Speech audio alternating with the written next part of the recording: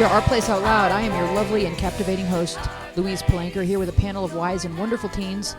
We have a few people that didn't show up, I believe the term for it is most of them. But we have hale and hearty Jake in the studio. Oh, wait. And we have Allie. Hey. And we have our conquering hero from Emerson University, Olivia. So we're going to need your phone calls tonight. We're going to need you taking part. A lot of kids had different reasons not to be here. Nico's on Broadway, I believe. He's performing the role of Gaston in Beauty and the Beast. Oh, yeah. I played Maurice, crazy old Maurice, Belle's father. Really? So try to calm down. Okay. I don't know if I can after that. I know. I'm super excited about it. Quimute's in Spain. Ryan Wait, is... when did he get to Spain? And Recently. Colorado. You got to follow him on Instagram. Can I just say, Quimute is an excellent blogger. He's been taking some amazing photographs from all around the world.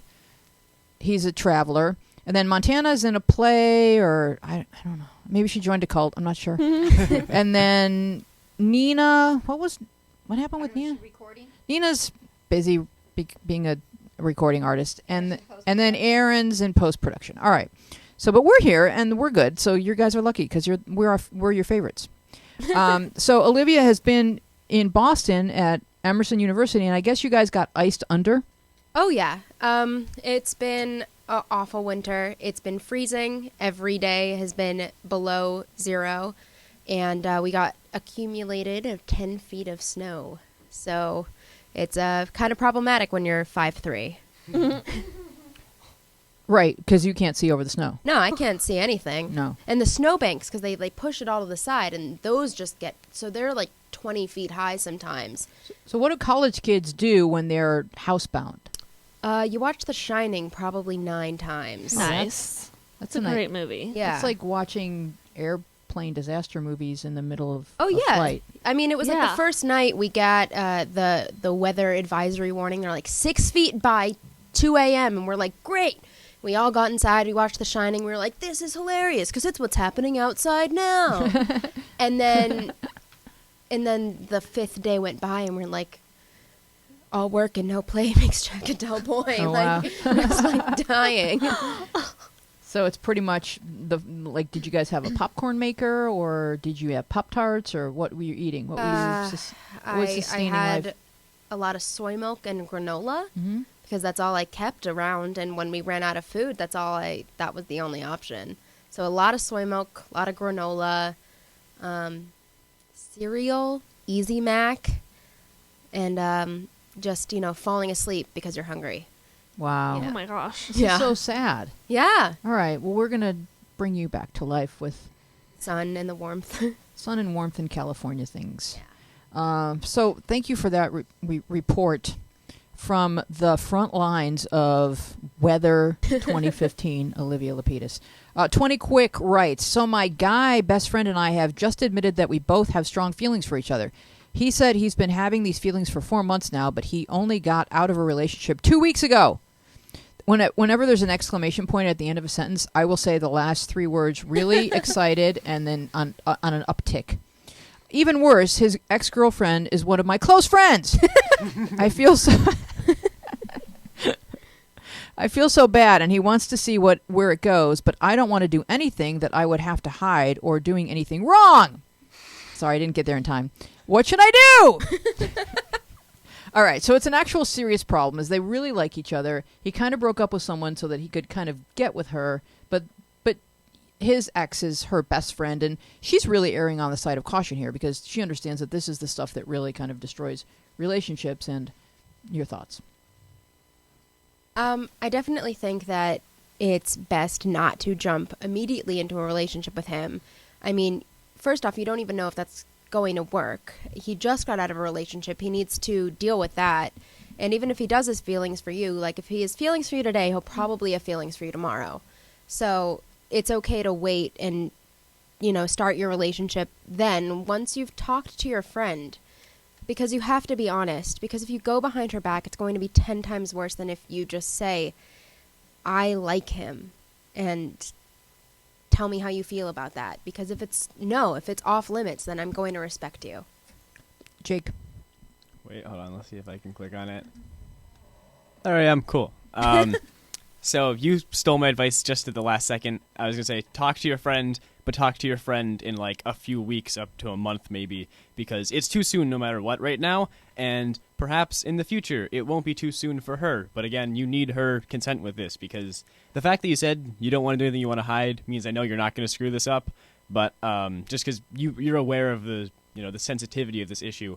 But just remember that her being okay with it is very important. Hey, Jake, does your camera tilt up a little bit more? Because when you lean in, it sort of cuts off the top of your forehead. Yeah. It's a rebuilding year. We just got GoPros, so we're going to be talking out loud about how to frame people better. We got GoPros and YouTube broadcasting, and we would like for you to subscribe to us on YouTube. We are youtube.com/ourplacecommunity, and subscribe. That way you'll know about all the shows and all. We're going to have more programming than just this show. We're going to have all kinds of really great programming, and we want you to be a part of it. So, yeah, I mean, he seems like, because he's known for 4 months that he would rather date you. So this is not news to him, but it's news to you. And he can only go as fast as you're comfortable going. And if you're putting your friendship with this girlfriend of yours as a priority, as you should, he's going to just have to, like, whoa, because this is, he may, when you're ready to break up with someone, you're like, well, I'm done with that person. But he needs to be the kind of person who's respecting that you're not done with that person. She's still going to be your really good friend.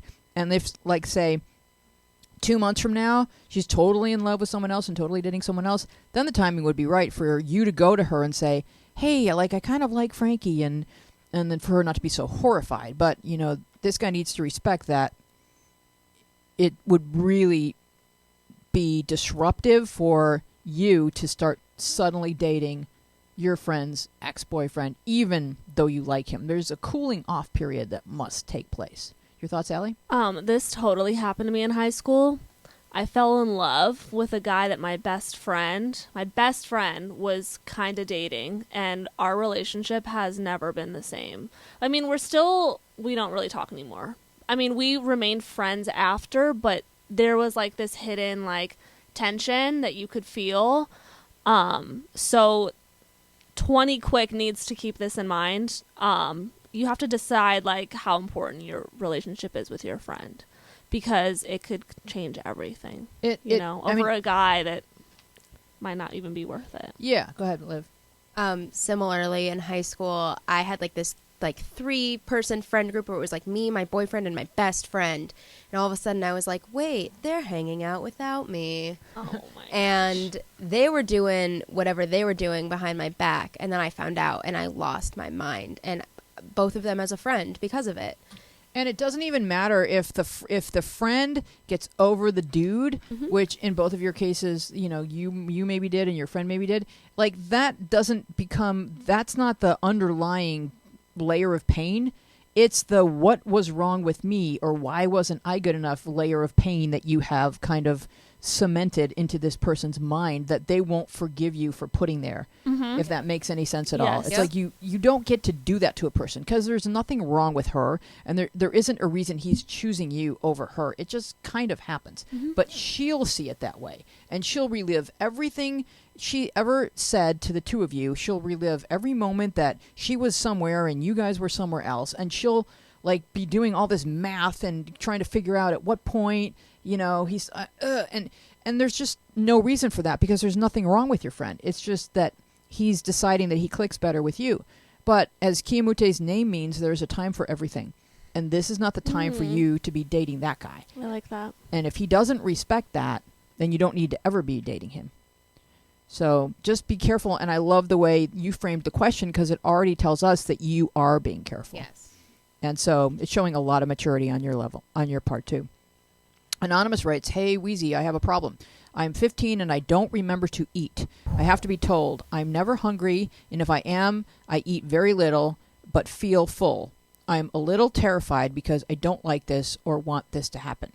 All right, so before I throw it to you guys, I just want to say I do get a lot of food-related questions, and I feel like if someone is saying things like, I don't remember to eat, and I feel full quickly,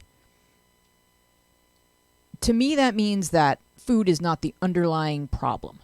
that there's body image problems that are causing the person to not be hungry and to be full quickly and to not remember to eat, because I don't think it's our natural state to not remember to eat. Jake?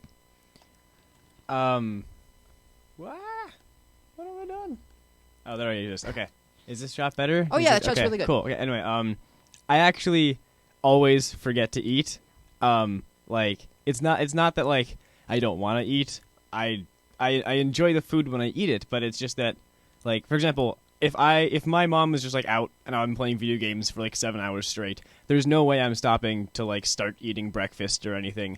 I'm just going to eat when she shows up and reminds me, and I feel like I'll probably have to learn how to feed myself at some point, but until that point, I don't think it's a body image issue. It certainly could be a symptom of one if there is one, but it's not necessarily that at the root. But would you be saying to me, I'm a little terrified because I don't like this or want this to happen? Or would you just not write this letter to me because you're comfortable eating whenever you eat?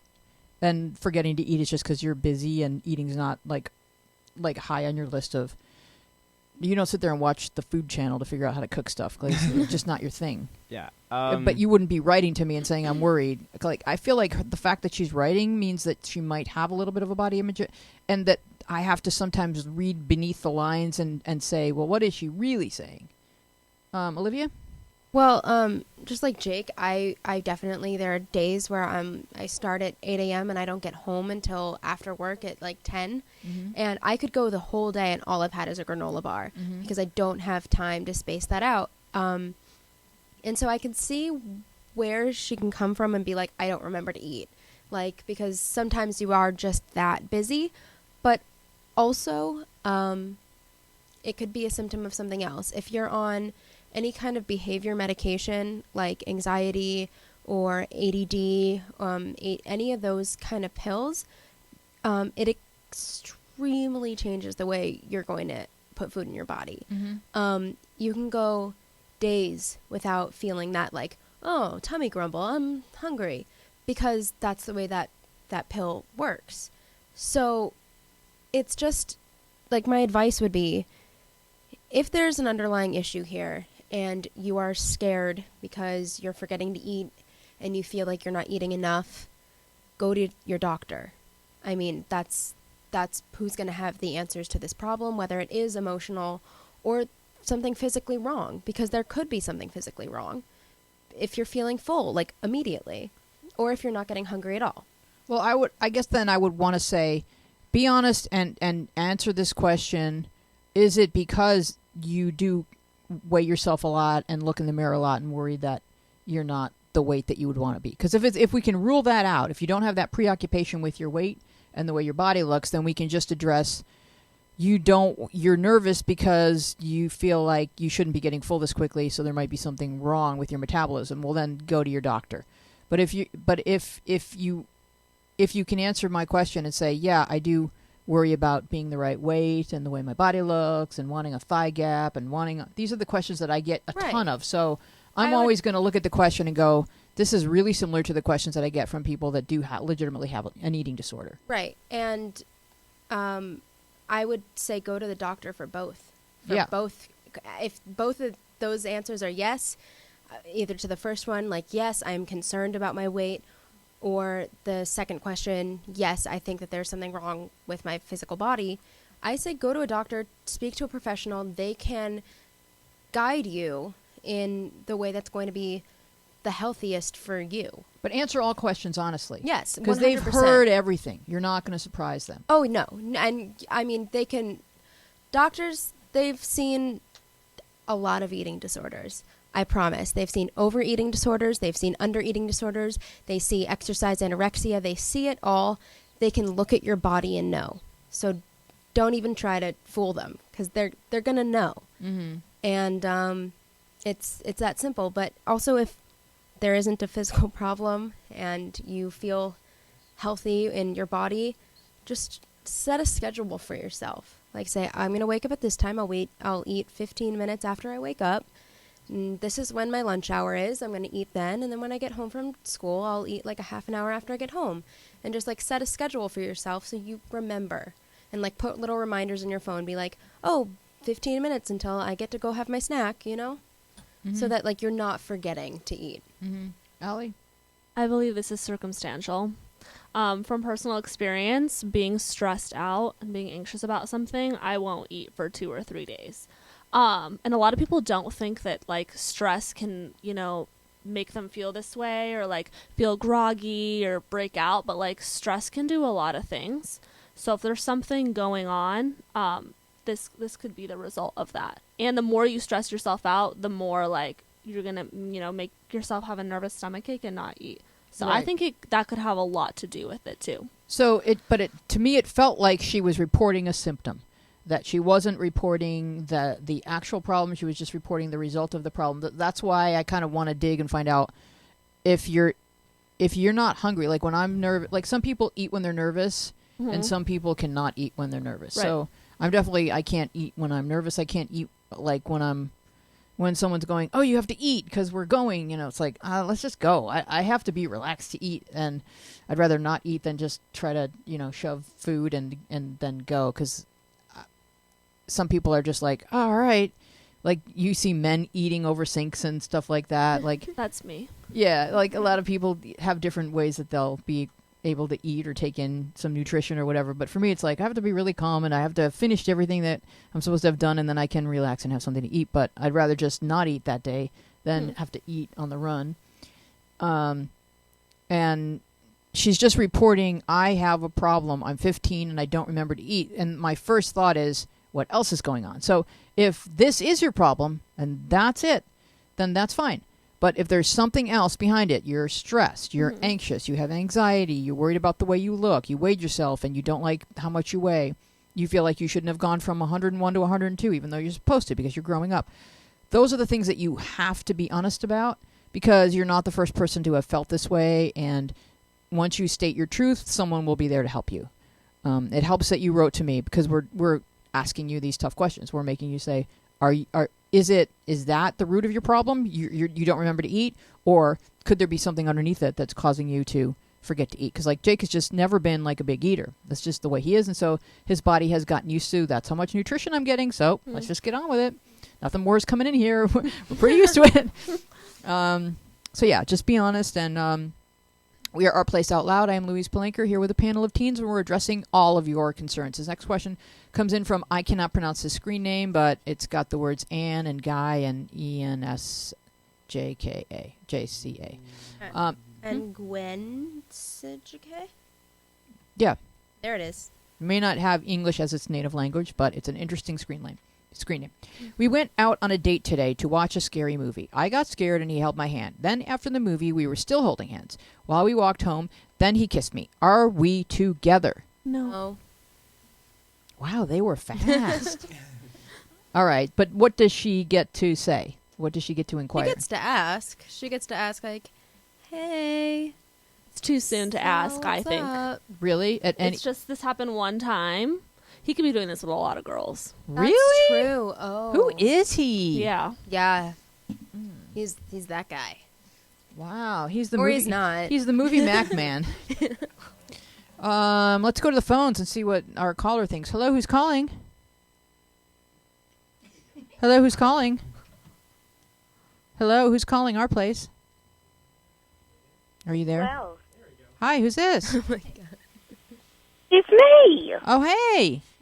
It's just Justin doesn't know how to turn up the volume of the callers, because No. you know Matt's really been here a lot lately, and today he's gone, and Justin's been really busy building the new studio, and Matt, what was even his excuse? Oh, it was his dad is ill, so Matt's gone. He's in Las Vegas. He's with his dad. So Justin just hadn't pulled up your mic pod or your phone pod or whatever it's called in Technoland. But how are you? Do you have an answer to this question? I do forget to eat sometimes. Uh-huh. And I mean, it's because I'll be sitting at home watching a bunch of YouTube videos or something else, and I'll just forget to eat. And like Jake said, someone will have to come and tell me to eat or not. Mm-hmm. Also, being on antidepressants and ADHD medication, Mm-hmm. that does affect, although not too bad. thankfully. Right. And we have a question later on in the show about ADHD medications, because I do think that they suppress appetite. So antidepressants, I think, definitely suppress appetite. They do. So, yeah, it may not be a concern, or it may be. Did you hear the most recent question that we asked about?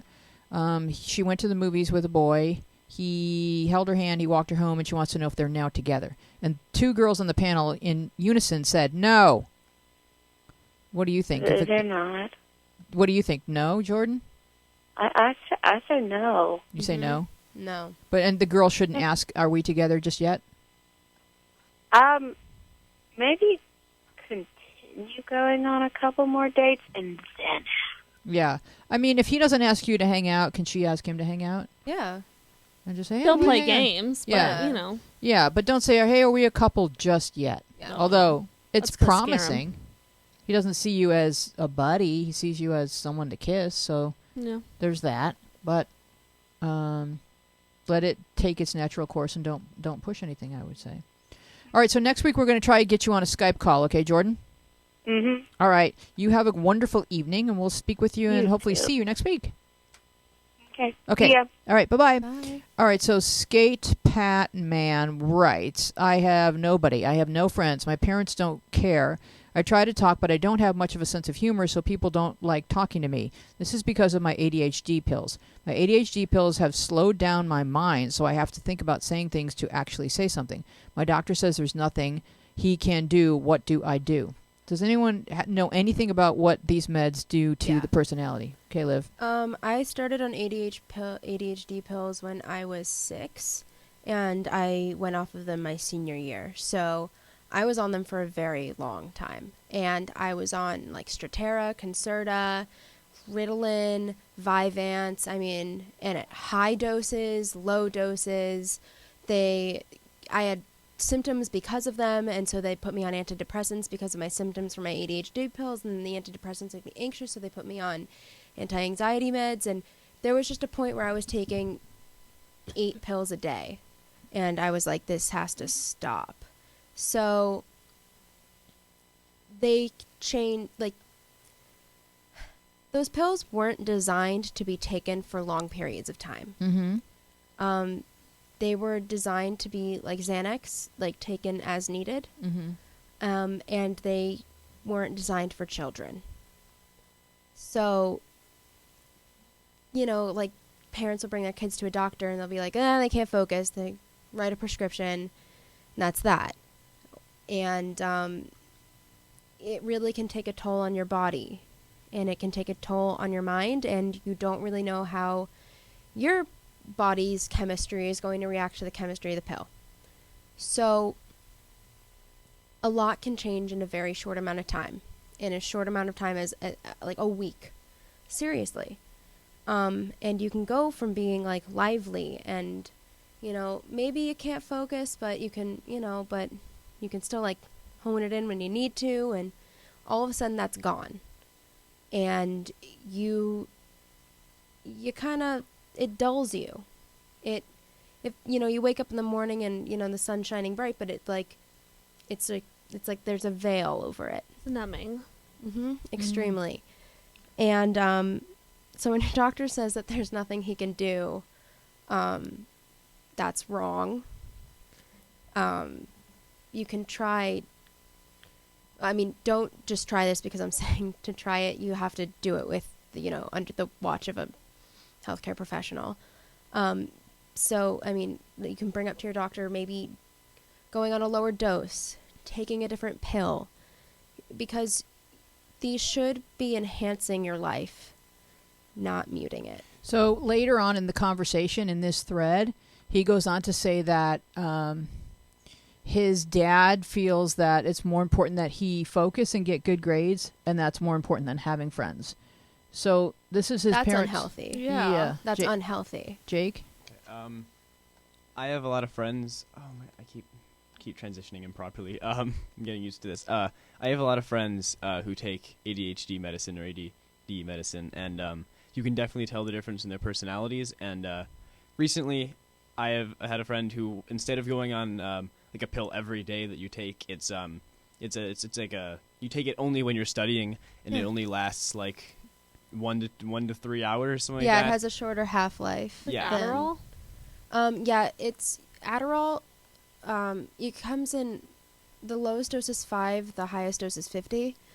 So like you can take the 5 and like do a study session, but you have to, your doctor has to tell you where to place that in the day, because if you take it at 5 p.m., the half-life might not be out of your system in time for you to go to sleep.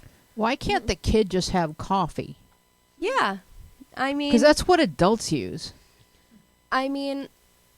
It sucks because when you're not 18, you don't have a say. Right. You don't. If your parents want you on something, you will be on that something. So he doesn't seem to have a say, and he seems to say, somebody said, well, why, maybe you don't take the pills on the weekend and be yourself. And he said, well, I am myself over the weekend. That's how I know the difference. It's just that because of the way I am during the week, nobody wants to hang out with me on the weekend. Right. And I understand that fully. I mean, I was on Concerta and it made me hyper aggressive to the point where like even my best friend was like, when you chill, you can come and talk to me. But like, and I was like, I don't know what's making me so unchill. Mm-hmm. And I was just like, and then I went to my doctor. I was like, everybody says I'm being rude and I'm being this and I'm being that. And I think it sucks. And she was just like, oh, wait, what are you on? And I was like, 250 milligrams. She goes, we're going to bring you down to 10. And I was like, okay. And I went down to 10 milligrams. On Monday morning, I was a different person than I was on Friday afternoon.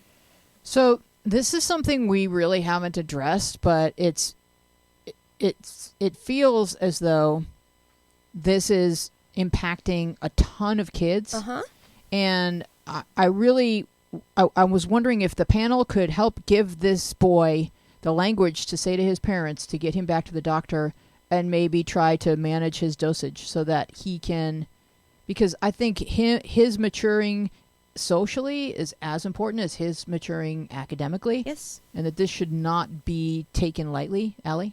He needs to do some major research on the computer about the cons of taking this type of medication below the age of 25, because your brain's not even fully No, developed. it's not. But I never tell my kids to medically research themselves because it's a rabbit hole. Right. And- But And they're kids. they are. And I Yes. mean, definitely look up, to present the argument to your parents, the pros and cons of your own behavior on this medication. Mhm. Be like, when I'm off of it, Anecdotally, I am yeah. this, and this. And when I'm on it, I feel this, and this. Because I don't want him to read things that include suicide and into his what, head. and Yeah. get nervous because he's fine. He's going to be fine. Olivia's fine. It's just that right now we want to be able to have his words have an impact on his parents. Yes. Jake, you had something?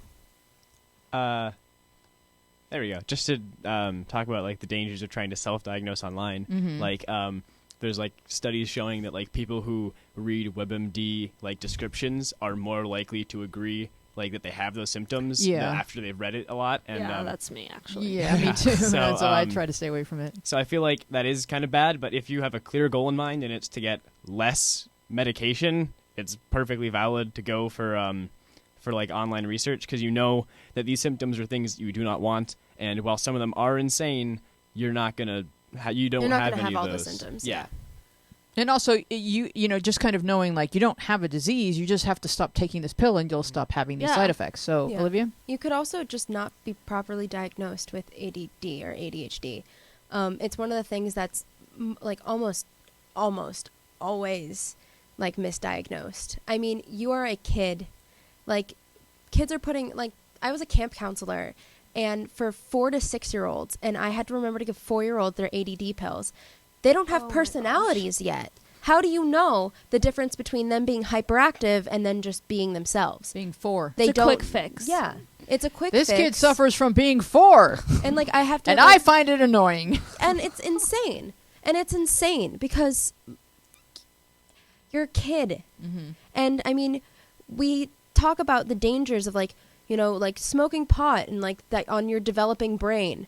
What about this? Mhm. These are straight chemicals Mm-hmm. on your developing brain as a literal child, as a toddler.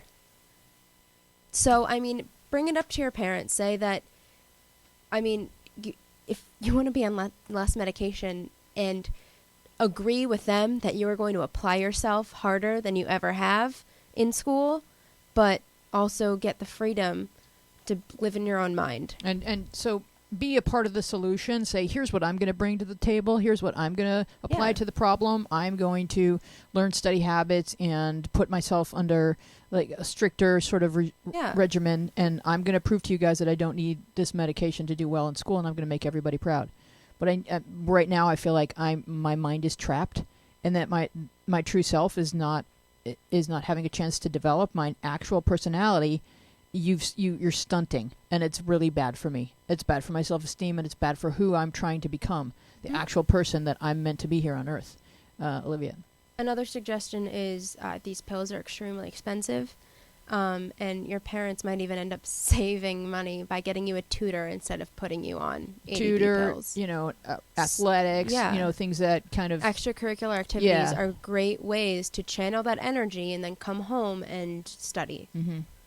All right, really good. Thank you, panel, for weighing in there. That was helpful to me as well, because I want to know what I'm hearing from the kids, and what I can say, from you, Olivia, having been on these meds for such a long period of time, and imparting that to me. It's extremely helpful, because I think a lot of parents think, oh, here's a problem, let's take a pill. And pill isn't necessarily the answer to every problem in life. Mm-hmm. So Megan writes, my close guy friend, he never texts first. I don't know what it means. Today, I didn't text him for 5 hours, and he said, stop trying to get me to text first. Like, WTF. We're really close, and we joke around a lot. But still, I hate texting first. I always text first. He told me he wants to talk to me, but hates texting first. I don't know. Can someone give their input? Thanks. Man up. Don't be a baby. Yeah, make him man up. Just stop texting him, because if he's saying after 5 hours, stop playing games, stop trying to get me to text first. He's playing. Exactly. He's games. calling it out like that. And why is it such a thing? Oh my God, it's such a thing because they both want to feel wanted, and I think that it's ridiculous because they're playing this game. It's like, oh my God, who thought of who first? Mm-hmm. It's like, oh my God, I was on your mind, and then I just did it, and he wants that from her, and doesn't think that she deserves that back. Man up. I would say go as many days as you need to go without texting him, and let's see if he can grow something. Because grow stronger about I think texting. you can just say, if you want to have a conversation with me, you gotta initiate it. He needs to grow a pair of texts. It's not, you know what I mean? He needs to grow a pair of emoticons. Yeah. Emojis. He needs to grow a pair of those. Yeah, because it's just, you're caving every time because you want the conversation. And, we went centuries, and what's longer than a century? A millennial? We went millennials with lots of really lovely friendships that had nothing to do with texting. Yeah.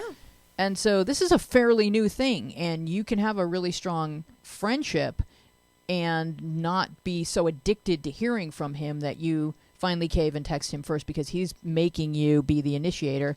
If he wants to have a relationship with a female in the future, he can't be this way. Yeah. You'd actually be helping him if you go as many days as you need to go without texting him. Right. And just say, it's not about who texts first. We're friends. We like each other. But it should be 50-50, just like who calls who first in the 1950s. I'm waiting for him to call. Go ahead, Jake. Sitting by the phone. I believe in me. Let's do this. Woo, transition. Okay. Yay. Am I the only one who thought that this was just kind of playful and him trying to get her to keep playing this game? Like, it does. I know that you can. It's a game. It's definitely a game, but it's annoying. Yeah, but I feel like him saying that is exact evidence that he wants her to do something like this so that he'll have to cave in and start texting her first. I feel like this is just asking for more interaction between them by having even like a go-to conversation topic before they can start playing back and forth with this, and then they can talk about whatever they're actually going to talk about, right? You should just text, "This is not a text." Oh, so he did text first. When? Once. I didn't text him for 5 hours, and he said, stop trying to get me to text first. I felt like he said that, like, out loud with his mouth. No, it was on a text. It No, was that's a via text. So I agree. Oh, then keep it up. Yeah, I thought that was playful and funny. Oh, Yeah, okay. I see it now from a whole different, way. All right. Yeah, Jake could be right. Just continue Yeah, maybe he just doesn't know how to open a conversation. holding out. Go They're 6 like- hours. they're Yeah, like but still, for 12. future reference, like, know that this isn't how normal relationship should be. No, it's not a contest. Right. This isn't a contest of who is weaker. That's just not. You was. You totally texted me. Yeah. All right. Anonymous writes, so there's this girl that laughs at my jokes a lot, and we make eye contact, but she almost instantly looks away. She looks at me a lot, but she won't respond to my texts. What do you think? I've just been really confused. Some sort of emoji that has tears. Teary face. So somebody in this thread wrote that she's maybe playing games. Really? Kids like this play games? Kids like 14-year-olds play games? Is this anonymous? Could we gather from this anonymous, are they a boy or a girl? I think it's a girl. This is a guy writing. Anonymous is a guy. I mean, Yeah. Well, you never know. I feel like it was when I put this in the show that I knew who Anonymous was, and it was a guy. okay. So there's this girl that she laughs at his jokes. They make a lot of eye contact. She looks at him a lot, but he texts her and she doesn't answer. Is he reading her all wrong? I feel like that may be the case. Yeah, that could be it. I mean, if she wanted to, she would. Have you ever not texted back a guy that you liked who texted you? No.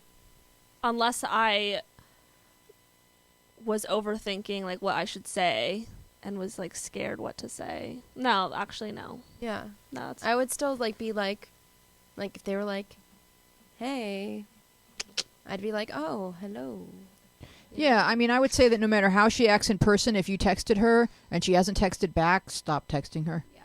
Like, if she's too young to know how to text a boy, then wait a year and try again. But at the moment, it doesn't feel like she's that into knowing you beyond. And you could just be a funny person. Like, not everybody who's sitting there laughing at what you say has a crush on you. And it depends on when she's looking at you. If you're talking and she's looking at you, then it's That's because normal, you're talking. yeah. You know? Yeah, she doesn't dislike you, Yeah. which is fine. So don't push it. Right. Like, don't push her away by Don't continuing. overthink. Yeah. Don't overthink it. Maybe. I mean, the thing with guys is that they really do look different every year, and they because guys have a longer way to grow. Because like babies start out the same size, and then boys grow all the way up to men, and girls so boys are always changing. Like at ages 12, 13, 14, it's like summer break. You come back like, wow, look at Hank. So she may like you a lot, but not romantically this year, and then next year your shoulders broaden. So it, I always say don't rule anything out down the road, and then Aaron gets mad at me, and he just feels like people are supposed to move on when it's time to move on. But I just feel like this stuff is really fluid when it comes to kids growing up together. Jake. Also, don't think that your lack of broad shoulders is what's keeping her from liking you. No, I'm basing all logic on the movie Lucas, and I probably shouldn't. I mean, she maybe just doesn't like you like that, and that's okay, and she's allowed to feel that, and I mean, stop bothering her, Like, maybe she's not texting you because she wants you to stop texting her. Yeah, so it's okay to just continue knowing her at school, and unless or until she reaches out to you, assume that she sees you as just a friend. Yeah. Put your energy into something else. Yeah. Or someone else is going to someone else. respond to you. Yep. All right, Starstruck writes, okay, so I have quite a bit of family problems at home, and quite often I will have some friends that will want to come over or something like that, and I always end up giving them some kind of excuse because not only is it sad to see my family like this, but it's also kind of embarrassing. So what I'm wondering is, what should I do? When my friends ask to come over, what do I tell them? I can't keep giving them excuses because someday they are going to notice that something is up. Also, yes, they are very close, but I really don't feel comfortable telling them all about it yet. Sideways, frowny face. So this is actually more common than you realize. Kids that have the house that they don't feel comfortable having anyone come into is pretty common. And it could be mom's a hoarder, dad's an alcoholic. We don't have a very big house. I mean, it could be like a million different reasons, but there's lots of kids that don't feel comfortable inviting anyone over. And if you're not comfortable telling them the whole truth, somebody in this thread made a good suggestion and just say, my parents aren't comfortable having friends Yeah. over and they're just weird that way. I'm so sorry. And just, I feel like I said that in the response. oh, that was you, Allie. Yeah. Yeah, Allie, you did address this question. So go ahead and say what you said in the app. I barely remember, but I Yeah. do remember saying, you can blame your parents Yeah. for something like this. You did Say, say that. sorry, like, you can't come over. It's just my parents' rules. Because I went through this all growing up. I hated having people over. I just didn't like entertaining people, and I didn't like people having, like, touching my stuff. I was really OCD like that. So I always said, oh, my mom won't let me. Sorry. It's just a rule. Like, they won't keep asking, you know?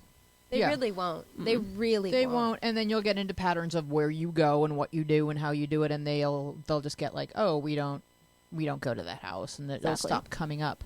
And maybe when you get a little bit older, if there's one specific friend and you just want to feel like, you just want to say like, my parents are always arguing and da da da, and that's like the whole reason why I never wanted you to come over, because I was like embarrassed, like.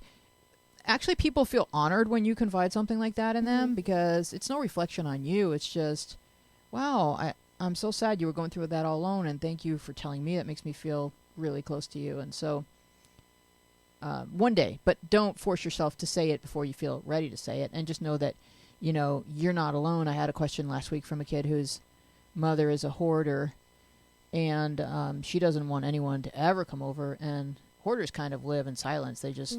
And the kids of hoarders are just, they're really victims because they never asked for any of this. Yeah, and no. there'd be no way they could ever have anyone come over, because it'd be all over It's- school that, oh, this house is just, Also, it's super unsafe. yeah. Oh, that's true, it is. Because I mean, oh my God, I got really sick. Like, I got the flu, and so I watched all of Hoarders on Netflix. So Hoarders get- is on Netflix? That's dangerous to know. yeah. Wow. I mean, I like shut myself in a room for a week, and I was like, "Am I a hoarder?" But I'm not. I just like keeping magazines like 2 months after I get them. But no, like, so you get in these patterns in the house of where you can move because of the stuff. Mm-hmm. But if someone comes into the house and doesn't know that, like, it happens all the time. Once the therapist comes in the house, the therapist steps somewhere, a pile of stuff falls on them, and they're like, see, it was dangerous. Then the hoarder's like, yeah, but I know where to walk, so it's not a problem. And then by the time they're like, it is a problem, then they're like, oh my God, I hurt you because of my things. So also, like, you can't just have a kid running through there who doesn't know what to do. Also, I think the air is really unhealthy. Yeah, it's super bad for you. Mhm. And if so, if 'Cause you don't know what's living in there. no, or who? Oh, my gosh. Yeah, you could have more kids than you realize. Yeah, seriously. Just There You're was an underneath episode. something. No, there was an episode where, like, the family pet died, Ah. and no one realized for 2 years. Oh, Wow. they didn't know where it went? Do they Yeah, know where just- grandma is? No, like, so as they were cleaning out the house, they were like, "You said your dog ran away." Yeah, nah, dog was in the house the whole time. Whoa! Oh my gosh, I'm going to throw up. Mm-hmm. Full frontal gasp. Yeah, Wow. yeah. Hoarders need to get help, yo. Yo, yeah. So, and there's some stuff online about hoarders and what causes it, and usually it's has something to do Extreme with loss. so that your things are your blanket, and you don't see them as clutter. You just see them as what's protecting you from the world. So the kids of hoarders, if they understand that, oh, my mom isn't crazy, she just has this disorder, and it's because of trauma in her past that she's not willing to share with me because I'm the kid, and she's ironically trying to keep me safe, but by not telling me. Like, I had a kid write to me whose mother grew up during the Vietnam War, and she's a hoarder. So I said, you have no idea what she's been through. She may not want to tell you because it's too horrific, but these things are literally what she feels are her lifeline, and so she needs to get professional help. But I mean, as if you're a kid of a hoarder, it might be really scary, but go to a guidance counselor at your school because you're not safe. And I think that's hard to say, like, oh, you're not safe in your own home, but you're not. Because if there's too much stuff, and there's, because of that, there are dangers. So, like, go to a guidance counselor because they can point you or your parent in the right direction here. And handle it discreetly. It's not going to Yeah. get all over school. No, that this it is won't. It what- won't, because they actually cannot say anything. And I'd say the same thing for the kid who asked this question about, how, I don't want friends over because there's weird stuff going on with my parents. Like, you can still go to a guidance counselor or call a helpline and explain what's going on with your parents. Because whatever's going on, if you don't want a friend to see it, it's not good for you either. Yeah, You've just gotten used to it, exactly. but it's not good. I mean, it's really bad for you, and it's toxic to you, and it's clearly seeped into your relationships and your friendships because you're embarrassed of it. So now it's affecting the way you're growing up. Mm-hmm. And so you need to remember, and you need someone there telling you constantly that it's not your fault. No, it's not your fault. It's not your fault, and your parents aren't going to say that. They really aren't. And that it's not a normal lifestyle. Because No. some kids maybe don't realize that. Yeah, no, it's not normal at all. It's their normal, but it's not normal. Right. We are Our Place Out Loud. Please give us a call at 888-531-7171. If you're watching us on YouTube, please subscribe to this channel. We are youtube.com/ourplacecommunity. We want you to be a part of our community. So subscribe and have fun solving the world's problems with us. This one comes from Night K. Gender question time. I'm aware that gender can be fluid, but for the longest time, I've identified with masculine, presenting androgynous people. I've identified with masculine, presenting, and I think there was probably supposed to be some punctuation here, but I'll try and figure out where it was supposed to be. I've identified with masculine, presenting, and androgynous people, despite being AFAB. Who knows what that is? Assigned not. female at birth. Oh, Oh. really good, You Jake. were female like your whole life. Mm-hmm. Despite being assigned female at birth, is there any surefire way to clear up all doubt and be certain of your gender? I've been very, very confused, and I've been going back and forth, but I do know that I can no longer wear most things in my closet, and that I am getting antsy, very anxious whenever my name, Katie, or any variation of Katie, is said. How do you know? What should I be considering? What are the trials of being trans and of changing social presentation?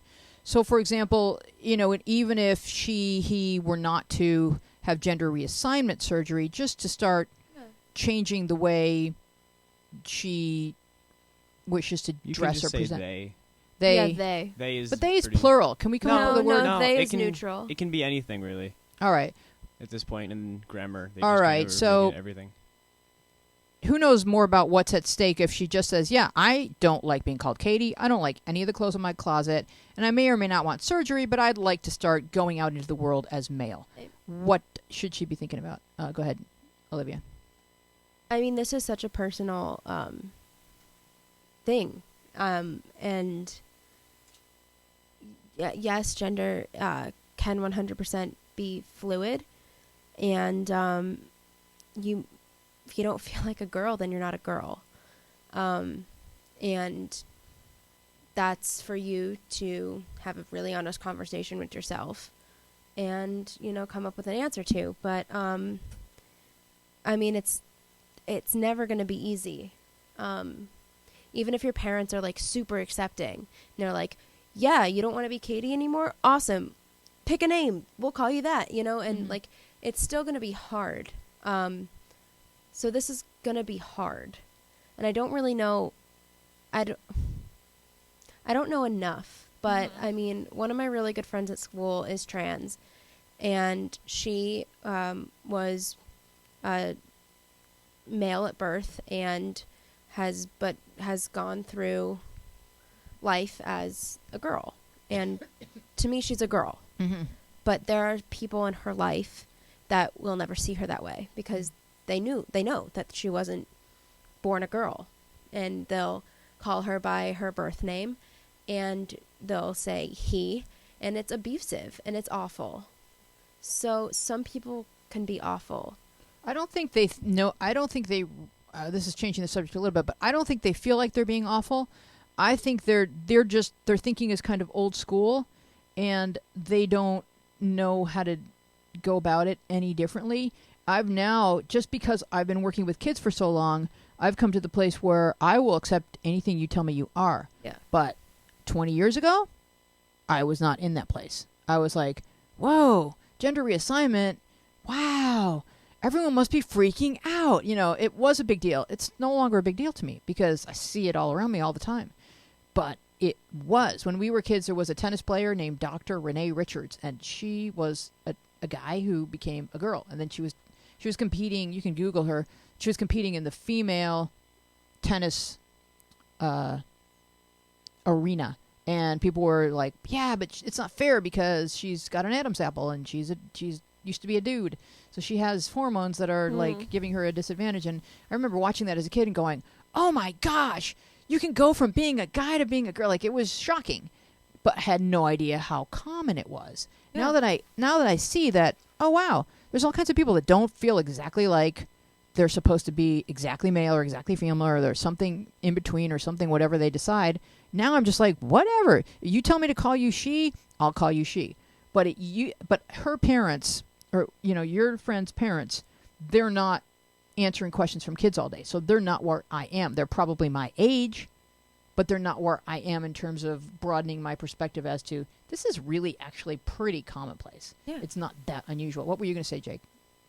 I was going to offer some advice involving, you said you don't identify as feminine or as a woman, but that leaves like being a woman is like all on one side of the spectrum, and now you have a whole rest of a spectrum to try and figure out where you are. That's true.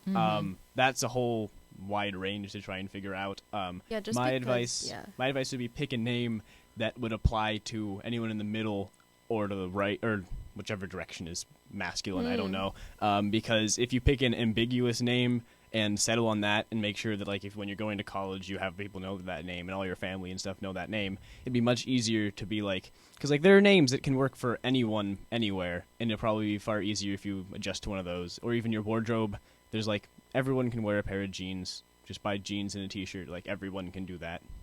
Fall into the Gap. Yeah, I dress like a boy all the time. Yeah, me too.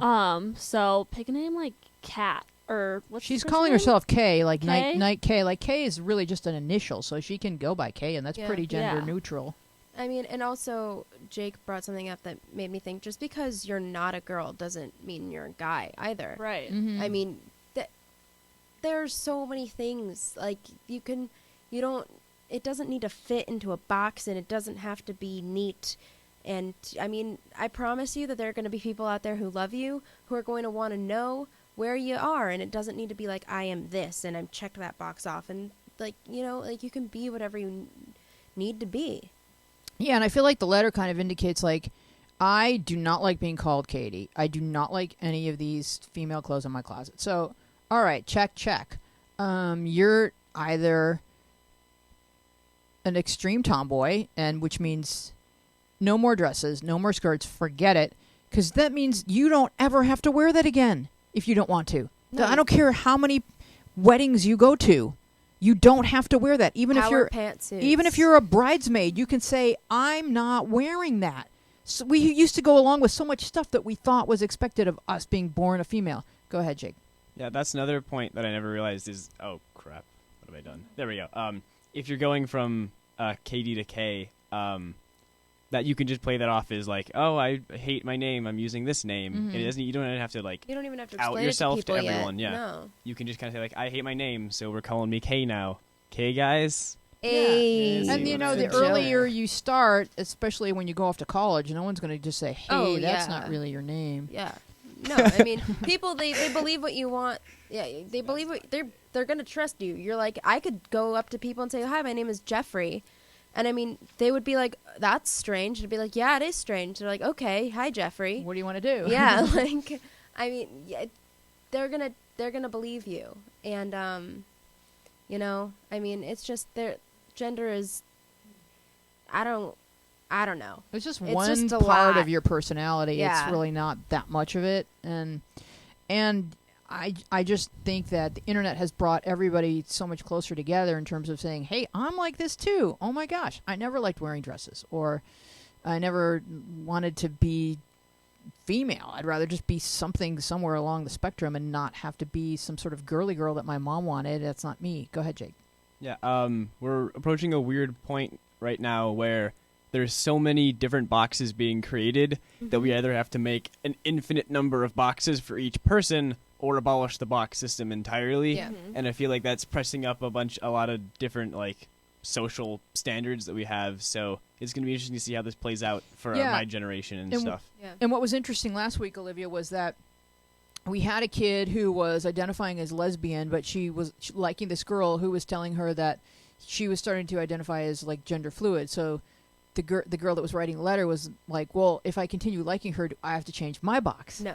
Oh my goodness. And so it can get really complicated. No, it definitely can. And I mean, okay, so side note, my best friend's boyfriend from high school recently was like, I'm not a guy. And we were all just like, what? But he's like, I still want to be called he until I figure that out. Mm-hmm. And I still want my name to be my name for a little bit longer while I make this transition to something else. And then my friend calls me up and she goes, wait, am I gay? Does that make me gay? And I was like, no, it doesn't.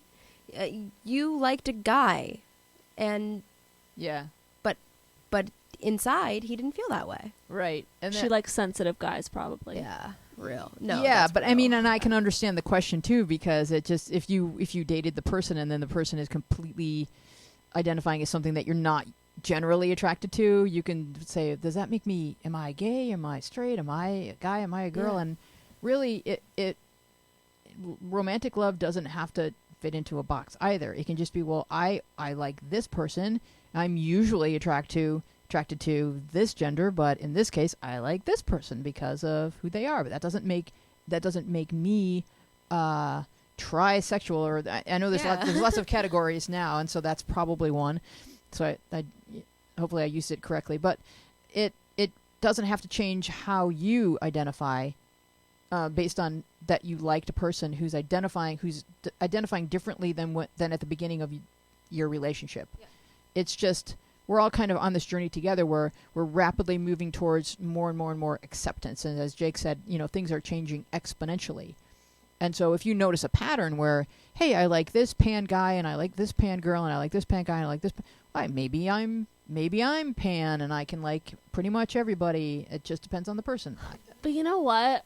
About what he said is like the more boxes thing is like when it starts getting into weird things like, oh, I like my dog or like I like little kids. But that's illegal. Yeah. Because you're harming a dog. Well, it was illegal to be gay, wasn't it? Or but gay that's marriage. Consensual between two human adults. Yeah. So just as long as it's consensual. I think it needs to be Yeah, it needs to be consensual. consensual. Between humans. I don't think that you're allowed to do anything to an animal. It'll be interesting when we meet aliens, though. Yeah. Well, hey, did you see they found life on and robots. They found a planet that's That's a like good Earth. point. Did you see that, Jake? They found. We kind of do that every Yeah, week. we do that all the time. Like, We're constantly finding planets that are like Earth. I mean, there's definitely other life somewhere, but we got to see how that mixes with us. But also, I mean, we were in a class. I was in a class recently, and they were talking about it's an ethics class, and it's like, okay, what happens when robots get smart enough to feel? Like, what happens when we do that? Because we're gone the way to do that. Scary. It's like, what do you do then? Like, can you just unplug them? Is that inhumane? Because they can feel? Do you just unplug them? Is that okay? We can really. We're that close to that being a thing. Jake, can we scientifically imprint feelings into robots? oh, they're gonna overtake us feelings-wise eventually. Yeah. How? Oh, I don't like What, that. the second they're as smart as as we are, within seconds they're smarter because Yeah. they can self-improve. There's a movie out. But Yeah, they won't Chappie. Chappie, everyone go see Chappie. I haven't seen it, but I'm sure it's good just because I like the concept. No, but I mean, But will but they we're at the really- point where we're having an actual discussion in a college class where we had to read stuff about it to prep. Like, it's being talked about already. We're that close to it. So we have to start accepting everything because everything is possible Well, now. I think that if robots have feelings, we just continuously hurt their feelings until we win. Go ahead, Jake. I saw some video that was arguing, like, what happens when you're walking across the street and you see someone get hit by a car, and you run over and you're terrified, and you're like, oh my god, are you okay? And then you realize that they're a robot. Are you now not worried about that person? Because if they look exactly like a human being, and they operate like a human being, and you were so worried about them because they looked exactly like a human being, do you stop being worried? Or because they're so similar, do you realize that humans and, like, robots have to kind of be the same thing? yeah. At what point Either does that way, happen? it's probably a really expensive robot. And put a lot of thought into it, so save it. All right, that is our show for today. I want to thank Olivia, Allie, and Jake for being with us. I'm Louise Palinker. We are Our Place Out Loud. Subscribe to us on YouTube, and we will see you next week. Bye-bye. I've been out there wandering, I've been in here wondering, hoping, reaching, wishing I could find my way. Then I found our place, where we can dream and share it. Our place, you'll find a friend to carry. I may look a little hazy and I may feel a little crazy. I'm sifting through confusion and I'm searching for solutions, and I know I'm answer bound, 'cause I found our place, where we can dream and share it. Our place, you'll find a friend to carry. Hear you, heal you, steer you back to kindness. Your soul may be in tatters. You'll learn what really matters. Our place, where we can dream and share it. Our place, you'll find a friend to care. Hear you, heal you, steer you back to kindness. Your soul may be in tatters. You'll learn what really matters. Our place, where we can dream and share it. Our place, you'll find a friend to care.